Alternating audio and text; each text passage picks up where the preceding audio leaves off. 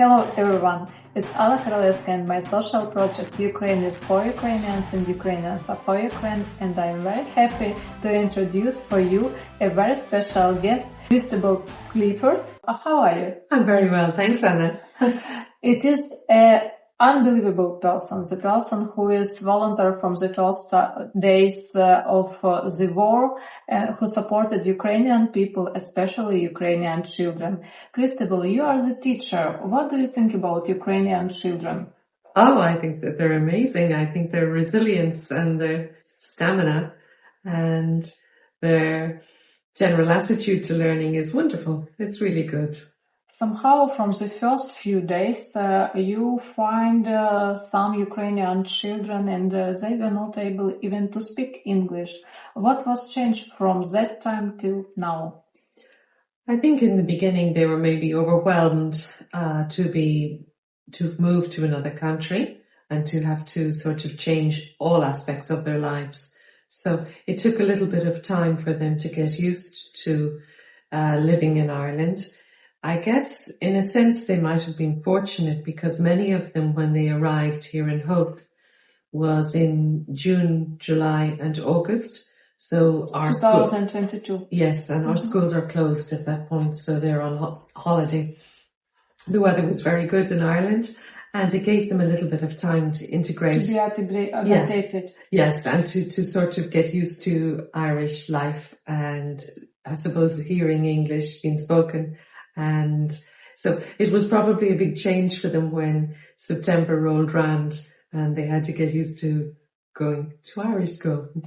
Somehow I know from Ukrainian people that Irish community, Irish people were so warm, so homeful to Ukrainian people, to support, to adaptate.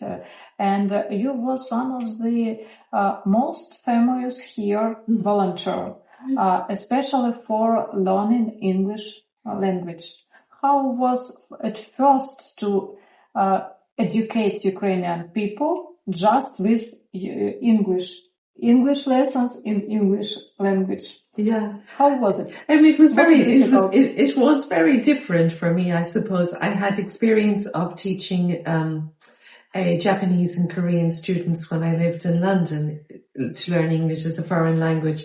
But there wasn't very much time to think about it because people were arriving, and when we asked them in the church what their needs were, they said immediately to have English lessons. And one of the coordinators was looking for people to volunteer. I felt that I was available and we did a little bit of training with Fáilte Isteach, and I guess that the coordinator was finding it difficult for people to jump in, and I just thought, oh, let's try. There's nothing, what else can I do? I think it was successful. Yeah, I guess, well, we started Initially I wasn't sure at what level to pitch the English classes at, and from my lack of knowledge, I was so surprised that... Lack of knowledge? Yeah, because in terms of the alphabet, the Cyrillic alphabet, Ukrainian, yes, yeah, the alphabet, I didn't know whether they would be able to read our English alphabet. But most people were able to read that. Many people had a basic level of sort of vocabulary. So it was a matter of, you were teaching the same thing like numbers or colors or clothes or fruits and vegetables. But then I quickly realized that people already were getting this knowledge from elsewhere. So I started with basic grammar and tenses and verbs to sort of give it more of a structure in the lesson. If we discuss about Ukrainian children, did you find some favorite from them? They were all wonderful. You don't want to say as a teacher, you cannot pick a favorite. That's not possible. But I was amazed by the determination of everybody to make their best effort and to learn a language, which is difficult and in the circumstances, it's not possible to pick a favorite. Okay. Political suicide. I know the secret that here we could find so many common events Irish-Ukrainian, and you participated, you managed, you organized so many. What was the most interesting for you? I suppose the things I was involved in were pretty much enabled by the generosity of the people in the community.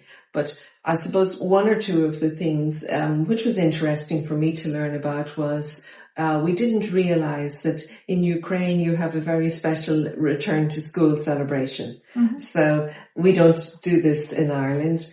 But we were gifted lots of papers, pens, pencils, rubbers, erasers, and all the different things that children love to bring back to school. So we managed to put together, with the help of the Ukrainians, little packets for the children to return to school and to use that. To make a good mood for start. Yeah, for the start of the new school year. And it was so early on in our relationship with Ukrainians, we didn't know that you have the ring the bell. It is our tradition. Yes, and so, but we managed to make packets for all of the children when they were starting school. Yeah, and I can't even imagine for them the difficulties it must have been for them to start a school in a new country with a new language and with new teachers and new system, everything new to them. So, and even in discussion with them afterwards, the children weren't happy about having to wear a uniform because they felt that it is very nice looking school uniform. Not if you're a child. Why? They don't. Children don't like. No. But it is amazing. It is very nice looking uniform. I hope to find some photos or videos, and I will show it. If we come back to event or some kind of fest, which was your favorite? What was the most interesting for you?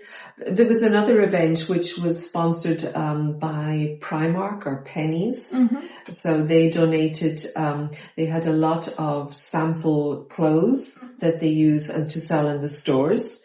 And they were aware that there were many young families living in the area who'd left with very little bags and clothing. So we organized, we got lists of the names of the children and the ages. Size, this age. Yeah, and we matched up the clothes so there was like a parcel of clothes to be given to each family.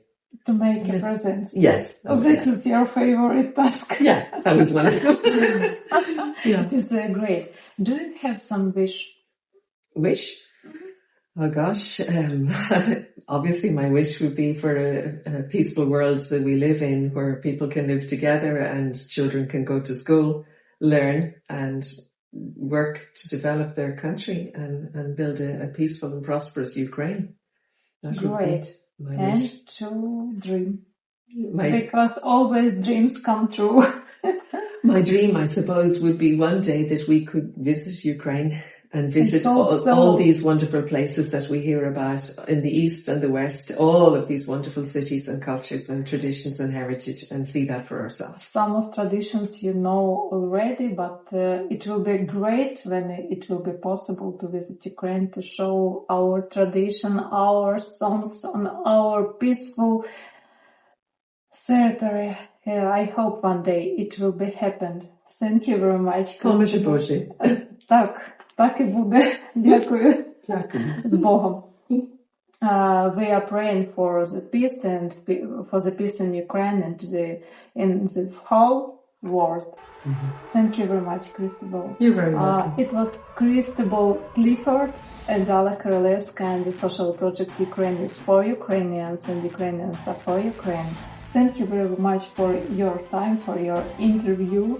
It is very important for us. And thank you very much for your support of Ukrainian people and Ukrainian children, especially today. It's been a pleasure. Thank you very much. It's been a pleasure. Thank you, Alla. Thank you. Thank you. See you later.